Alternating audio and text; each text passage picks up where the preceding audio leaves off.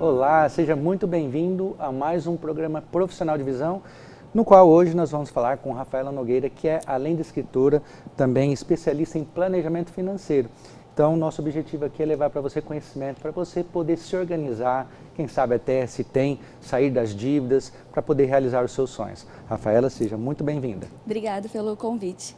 E a primeira pergunta que eu te faço é o seguinte: a primeira coisa é entender que a situação não está tão boa assim para a pessoa poder se organizar, ou na hora de sair das dívidas, a pessoa precisa buscar ajuda. O que você considera como importante para a pessoa começar?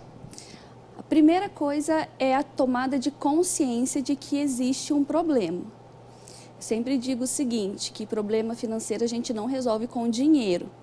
Aí as pessoas falam, mas Rafa, como que eu não vou resolver o problema financeiro com dinheiro? Sendo que eu preciso para, me organizar. Mas o processo de organização financeira, saída de dívidas, ele vai muito além do que simplesmente você sair negociando as dívidas. Então a gente precisa ter o processo de tomada de consciência, com adequação de comportamento, mudança de hábitos, para que daí seja efetivo essa situação. Você se depara em situações em que normalmente as pessoas estão gastando mais do que ganham, e como fazer para começar a organizar a casa então?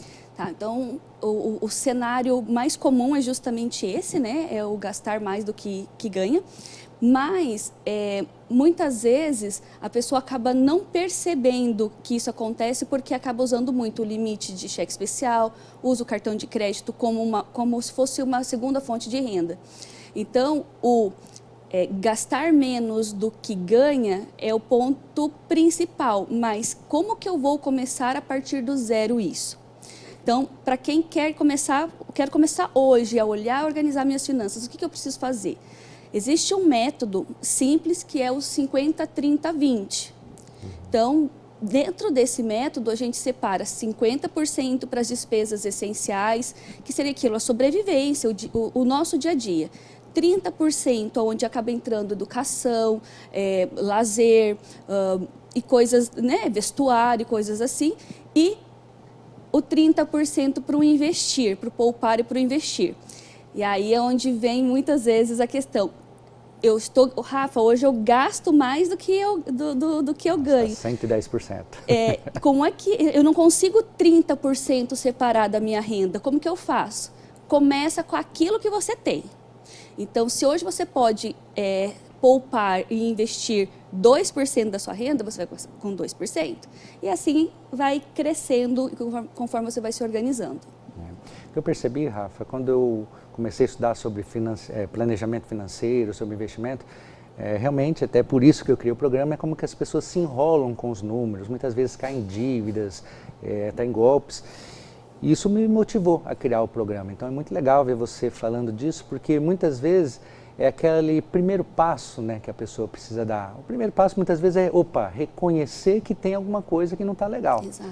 Aí depois que você reconhece aquilo, e aí? O que eu posso fazer para sair? Aí tem vários caminhos e todos eles passam por uma análise aí de como está a situação atual e um planejamento. Então, muito legal isso daí. E se falando agora mais em pessoas que estão endividadas, e geralmente quem está endividada não tem uma dívida apenas, pode acabar tendo várias aí. E nesse momento de várias dívidas, a gente tem que escolher qual pagar primeiro também? Sim, na verdade, endividados todos nós somos, Então, nós temos despesas que, querendo ou não, elas vão acontecer, elas precisam ser pagas. Mas assim, eu tenho inadimplência, sou endividado e inadimplente. Quais os tipos de dívidas que eu tenho? Então, eu preciso entender se são dívidas perigosas, dívidas ruins, ou aquelas dívidas que nós chamamos de podem esperar. Essas podem esperar não significa que você não vai pagá-la, mas sim tem uma forma mais fácil de negociação.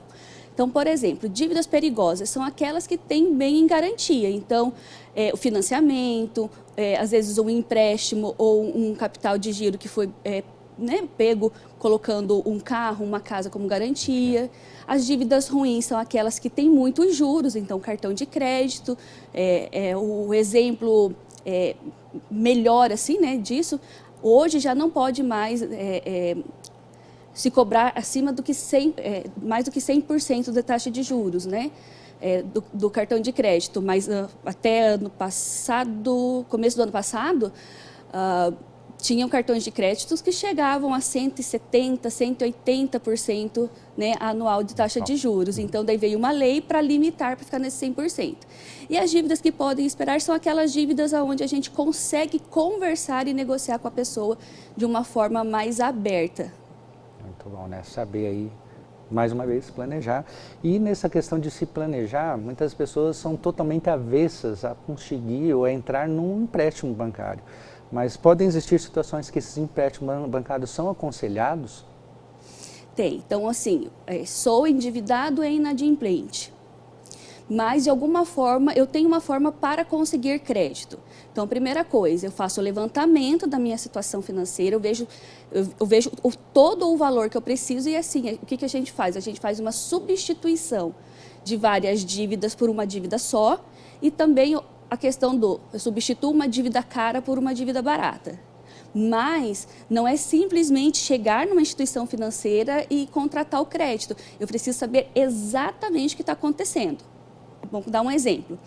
Fatura do cartão de crédito que vence ainda dentro do mês de fevereiro, ela está em aberto. E aí eu não vou conseguir pagar. Eu vou no banco para pegar o empréstimo para pagar essa fatura. Não vai ser efetivo essa solução, porque ela vai tratar a consequência ali da falta do dinheiro. Então, o que eu sempre falo, a gente precisa tratar a causa. Mesma coisa, vou fazer um paralelo com a saúde. A pessoa tem ali dores de cabeça constantes. Aí ela vai lá e toma um remedinho para dor de cabeça. Ela está tratando a consequência, muitas vezes sem saber o que é a causa ali. E com o nosso dinheiro é exatamente a mesma coisa. Eu faço muito essa relação e de falar que a gente precisa buscar ter saúde financeira. Porque quando nós estamos com as finanças organizadas, a pessoa dorme bem, não tem pressão alta, não tem ansiedade, né? Então, tudo flui melhor. Rafaela, fantástica essa comparação que você fez ali da saúde financeira com a saúde do corpo. Eu que também trabalho com isso, sei o quanto que é importante a gente ter o conhecimento dessas duas áreas, porque elas juntas são capazes de transformar e melhorar vidas. E para você agora, nosso pequeno intervalo, fique por aí que daqui a pouco a gente tem mais conversa com a Rafaela, que é especialista em planejamento financeiro.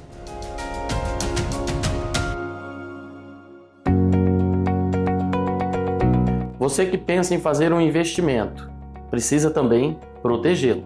Aqui na WN, nós temos os melhores planos de proteção para garantir o seu investimento futuro. Entre em contato conosco e vamos fazer uma cotação. Se sua saúde merece um cuidado especial, há 14 anos, a Policlínica de Martini é a escolha certa em Colorado, Nova Esperança e Maringá. Aqui sua saúde é cuidada por uma equipe completa e atenciosa em cada detalhe. E para seus olhos, conte com a experiência e paixão do Dr. Wilson de Martini para que você enxergue a vida com nitidez. Agende agora, ligue ou mande um WhatsApp para 991720422 e OCC, Policlínica de Martini, cuidando em cada detalhe para que você veja o mundo melhor.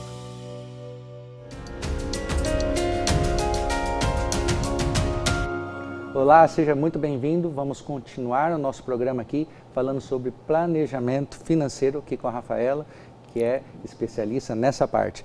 E também falando sobre a questão de dívidas, como a pessoa pode fazer para se organizar, muitas vezes fica até meio desorientada, preocupada, e a gente sabe que isso interfere muitas vezes até no emocional, na saúde da pessoa. Fica recebendo cobrança, ligações, não sabe muitas vezes o que fazer.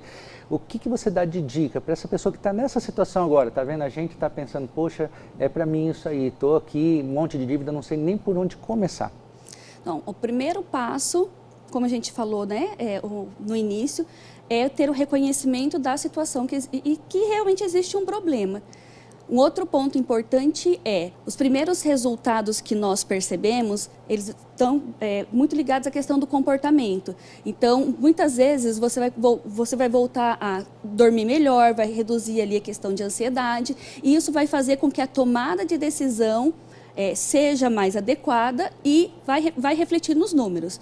Mas já ouvi várias situações, olha, Rafa, eu estou com um problema financeiro, isso está me impedindo de trabalhar bem, né? Então, todo o entorno da vida da pessoa ele acaba sendo prejudicado quando a gente está aí nesse processo de falta de consciência financeira e falta de planejamento financeiro. A gente vê, né, bastante gente, né, que está em dívidas, aí às vezes luta, acaba conseguindo pagar as dívidas, mas daqui a pouco volta de novo, né? A gente tem essa noção de comportamento, quando a gente fala em planejamento, até de hábitos de vida também, né, para a saúde, existe uma diferença muito grande, né, daquilo que a gente sabe que tem que fazer, daquilo que a gente diz que vai fazer, do que a gente realmente faz, né? Na parte de finanças eu acredito que deva ser muito parecido também, né, pelo que a gente vê. E por que você acha que essas pessoas que têm dívidas pagam, depois acabam entrando novamente, sabendo, vamos dizer assim, teoricamente, tudo que não poderia estar fazendo?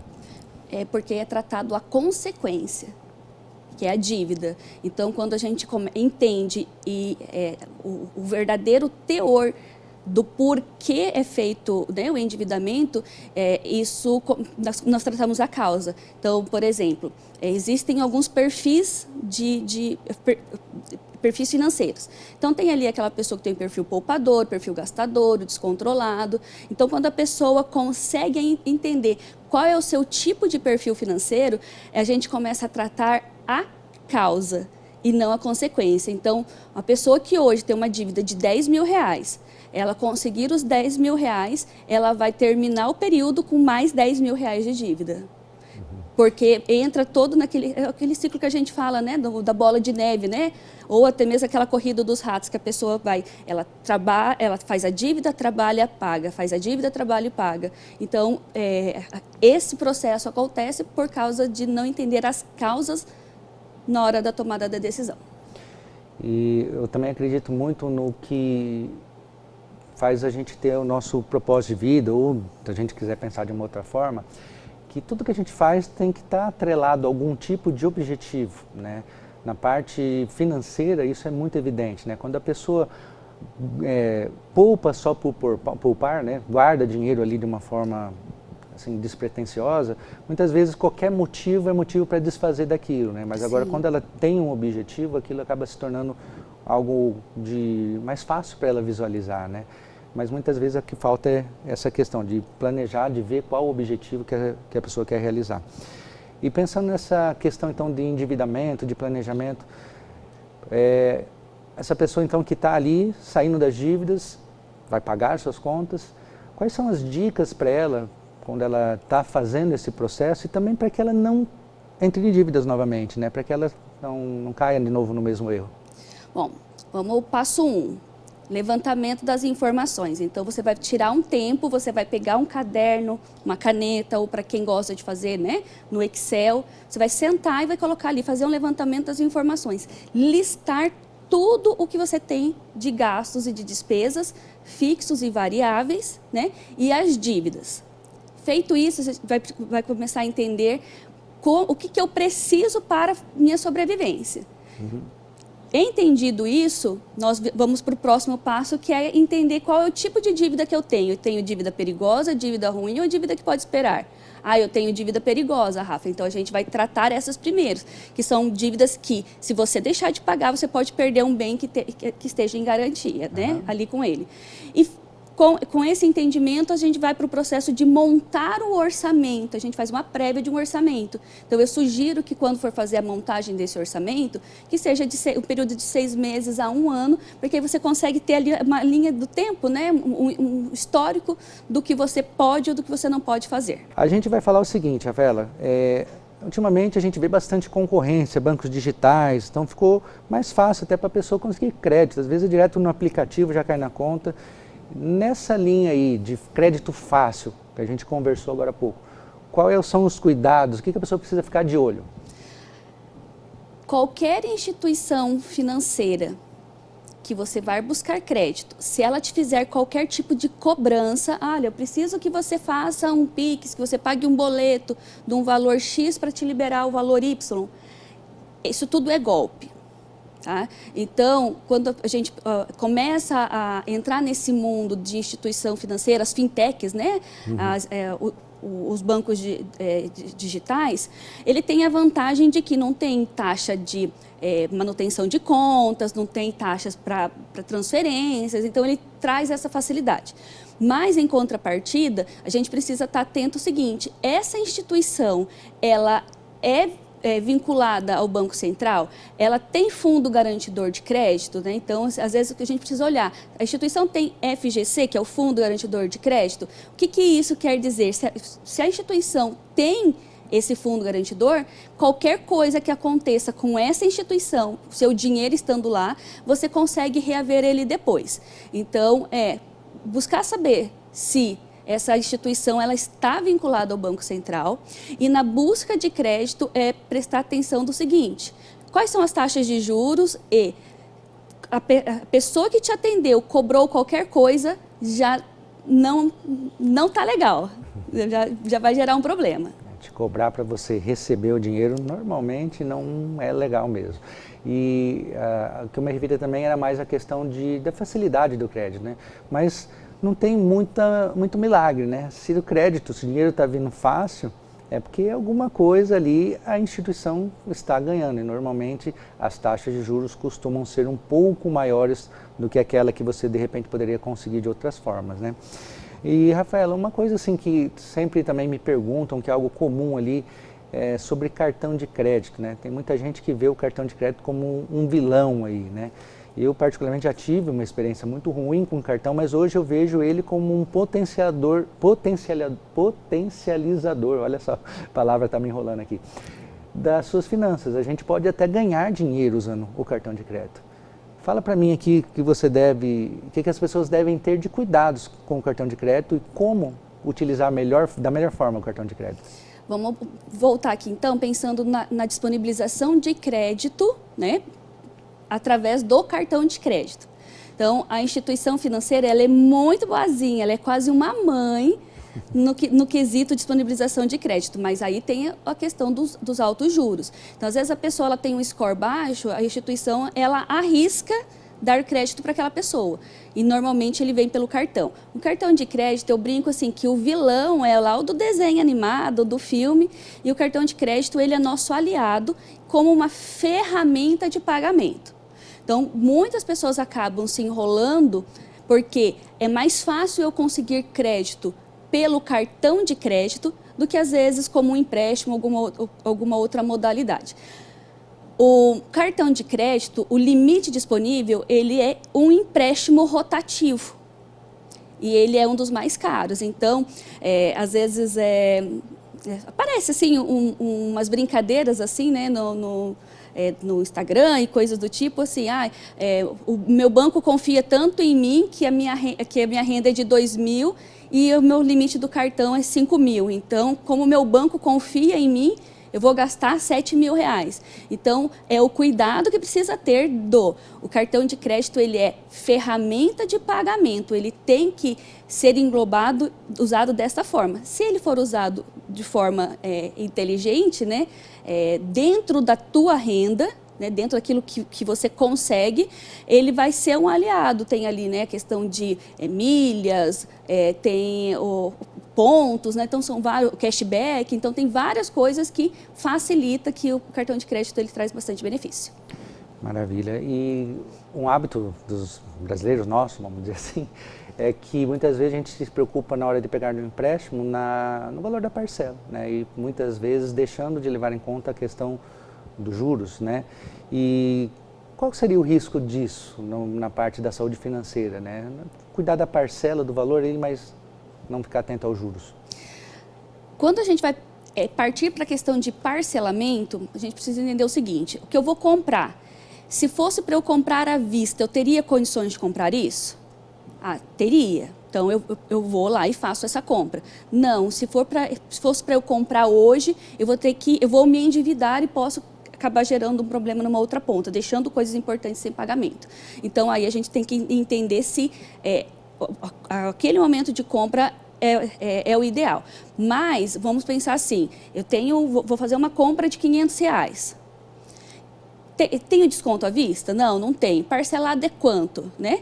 Parcelado você pode parcelar em 5 vezes sem juros. Então, em alguns casos, você fazer o parcelamento, ele pode te ajudar pensando no seguinte: eu não vou dispor desse recurso que eu tenho agora, não vou dispor na totalidade, então eu vou fazer parcelado. Mas lembra sempre o seguinte: o que acontece com a questão de parcelamentos? Fui no supermercado, passei o cartão de crédito. Aí fui numa loja, precisei comprar um sapato. Aí eu parcelei em 2 vezes de R$100, por exemplo. Aí passa numa outra loja. A pessoa normalmente esquece o que ela acabou de comprar aqui atrás. Então, ela vai na loja seguinte, ela faz mais parcelinha, faz mais uma parcela de 80. R$80 eu consigo pagar. Mas e a que eu fiz aqui de 100? E o supermercado que eu fui? Então, o problema do parcelamento é que muitas vezes a pessoa olha aquela parcelinha pequenininha só daquela compra que ela está fazendo e ela esquece de somar com as outras. As outras que foram feitas, é onde gera o tal do efeito bola de neve do cartão de crédito. Maravilha, né? E muitas vezes aqueles gastos fantasmas, né? Esses pequenos gastos que a pessoa não contabiliza, porque teoricamente só ele é tão desprezível, né? Um lanche ali, sei lá, outra compra ali, isso somado no final do mês faz a diferença. E outra, os imprevistos que podem acontecer, né? Nessa linha de imprevistos entra uma questão bem importante quando a gente fala de planejamento financeiro, que é a reserva de emergência. Qual é a sua dica ali e por que é tão importante ter a famosa reserva de emergência? Eu costumo evitar um pouco o termo reserva de emergência. Eu gosto de tratar como reserva financeira. Por quê? Para algumas pessoas, emocionalmente falando, se ela trata, vou construir a minha reserva de emergência, é como se ela estivesse se preparando para acontecer o problema. Então, por isso que muitas pessoas têm dificuldade. E a reserva financeira a gente usa para emergências, oportunidades e quitação de dívidas. Então, quando você consegue entender que ela não vai vir para mim só para me socorrer no imprevisto, fica mais fácil de você criar um objetivo para poupar e investir. Então, vou começar a construir minha reserva. O que eu preciso ter? A recomendação é 6 meses das despesas mensais. E para quem tem filho, Rafa, a gente já recomenda pelo menos 1 ano das despesas mensais. Não tenho nada nesse momento, não sei nem por onde começar. Começa com aquele valor que você pode. Se pode hoje separar R$50, você vai separar os R$50. Mas um ponto importantíssimo para o orçamento é, se você definiu que você vai poupar e investir R$50 por mês, quando cair o seu salário, você vai tirar esses R$50 e vai viver com o que sobra. Você não vai poupar e investir o que sobrar, porque eu sinto dizer que se você esperar sobrar para poupar e investir, infelizmente não vai sobrar. Isso até é uma coisa que eu ia comentar contigo, né? Que muitas vezes a maioria das pessoas acabam pensando dessa segunda maneira que você falou ali, né? Eu vou pagar tudo que eu tenho e depois eu invisto ali, eu guardo. Muitas vezes a gente tem que fazer realmente pensar de uma forma diferente. Guardar e tentar adequar o nosso nível de vida ali, nosso nível de gasto, àquela realidade do que realmente sobra depois do investimento. Só que não é muito fácil, né? Só para complementar, tem algumas coisas que são vistas como imprevisto que elas não são imprevisto. Boa. Por exemplo, eu tenho um carro, aí o meu carro, eu tô estacionado, tô parado, tô certinho, bonitinho, vem alguém e bate em mim. Ai, Rafa, é um imprevisto. É um imprevisto, ok, mas a pessoa que tem um carro, ela sabe que ela está sujeita a isso. Por isso que dentro do orçamento, quando a gente trabalha o planejamento financeiro, a gente já coloca todas as categorias e tipo de gastos. Então, nesse exemplo do carro, tem a categoria despesas com transportes. E ali tem despesas com manutenção, porque aí a gente consegue definir mais ou menos um valor mensal para você ir se preparando e separando para esse tipo de situação. Tenho filhos. Tive um imprevisto, meu filho ficou doente. Não é imprevisto. A gente sabe que vai acontecer, né? Então, muitas coisas que são vistas como imprevisto, na verdade, elas acabam gerando problema financeiro por causa da pessoa ter a dificuldade, às vezes, não conseguir visualizar que isso vai acontecer. A gente não sabe quando, mas vai acontecer. Essa questão de planejamento, né, de gerenciamento de riscos, né, de proteções, né, para isso que você mencionou agora, né, do caso do filho, proteção poderia ser um plano de saúde. Isso. Também, no caso do acidente de carro, é lógico, proporcionalmente, também tem franquia, uma série de coisas, mas seria isso. O seguro do veículo, né, e tudo isso entra na questão do planejamento financeiro, né. E assim, a gente acabou de comentar também que a questão da saúde financeira ele impacta diretamente na saúde da pessoa. Muitas vezes a pessoa que está ali endividada, ela tem esse problema e acaba manifestando a sua saúde. Dorme mal, se alimenta, não quer mais sair, muitas vezes até entra em depressão, porque afinal de contas não tem ali aquela pressão ali dos cobradores e falta de oportunidades ali, de dinheiro de repente para estar aproveitando alguma coisa. O que você diria para essas pessoas que estão ali assistindo a gente e falam, olha, eu estou nesse momento endividado, o que eu preciso fazer agora para poder sair disso? Primeiro passo. Tá, vamos pensar da seguinte forma, só vou reforçar aqui a questão do seguinte, endividados todos nós somos, né? Nós temos contas a pagar, nós temos contas até dezembro já, né? Então tem água, luz, internet, telefone e assim por diante. Mas para que você consiga sair do endividamento, você vai primeiro listar as suas dívidas, vai colocar o nome do fornecedor, né, a loja, né, ou o banco, instituição financeira, você vai colocar o valor total devido e você vai procurar qual é a taxa de juros que está sendo cobrado dentro desse contrato, né, ou da loja que você comprou, né, para saber a taxa de juros. Com isso, você vai conseguir fazer uma estimativa do valor final dessa dívida. Mas um ponto importante é não sair negociando todas as dívidas de uma única vez. Tá? Então, a gente trabalha, por isso que eu falo que normalmente não uso o termo reserva de emergência, que eu trato como reserva financeira, porque a reserva financeira ela pode ser usada para quitação de dívidas. Então, dentro do planejamento financeiro, nós organizamos a sobrevivência, trazer essa tranquilidade e construímos uma reserva que pode ser usada também para quitação de dívidas. Então, se você hoje está endividado, está preocupado, a primeira coisa entenda que você não gerou esse problema da noite para o dia. Então, da mesma forma, ele precisa de um tempo para ser resolvido. Se está recebendo ligação de cobrança e isso te causa muita ansiedade, né, preocupação, não atenda essas ligações, né? Principalmente se for relacionado à instituição financeira ou coisas do tipo. Agora, se a tua dívida, ela é aquelas dívidas que a gente coloca na categoria do podem esperar, que às vezes que algum conhecido, comprei algo, né, de um conhecido, de uma amiga, aí você conversa, explica a situação, né, e fala, olha, eu estou me organizando, vou te pagar, mas eu não consigo agora, então você consegue aí, às vezes, até negociações aí nessas situações de retirar juros, né? Então, mas assim, sair negociando sem saber se você vai conseguir pagar não é um bom negócio. Planejamento. E assim, algumas pessoas que estão endividadas, muitas vezes não conseguem fazer isso que você está falando de uma forma isolada, sozinha, sem o conhecimento ou sem a ajuda de alguém.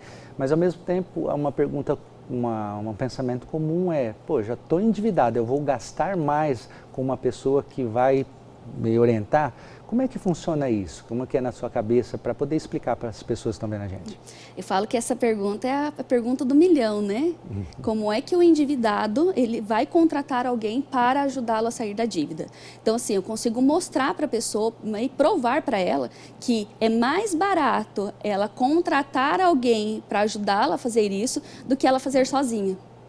E em muitos casos, a gente consegue provar isso pelo próprio orçamento da pessoa. Então, com a organização ali financeira, ela vê que ela consegue fazer esse pagamento e ter a tomada de decisão mais adequada. Às vezes, o olhar de uma pessoa de fora ali para organizar a casa é sempre muito importante.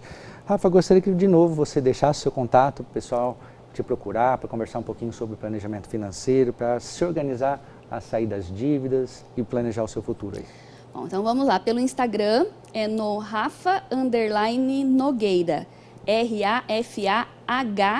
RAFAH_Nogueira, e no WhatsApp, no DDD 43 99665 7380. Ok, muito obrigado mais uma vez. E para você fica o convite, todo final de semana tem um programa novo falando sobre a sua saúde financeira, planejamento financeiro, investimentos e empreendedorismo. E vai ser um prazer ter você aqui com a gente. Então eu me despeço te fazendo convite para na próxima semana comparecer e assistir a mais um programa Profissional de Visão. Até lá!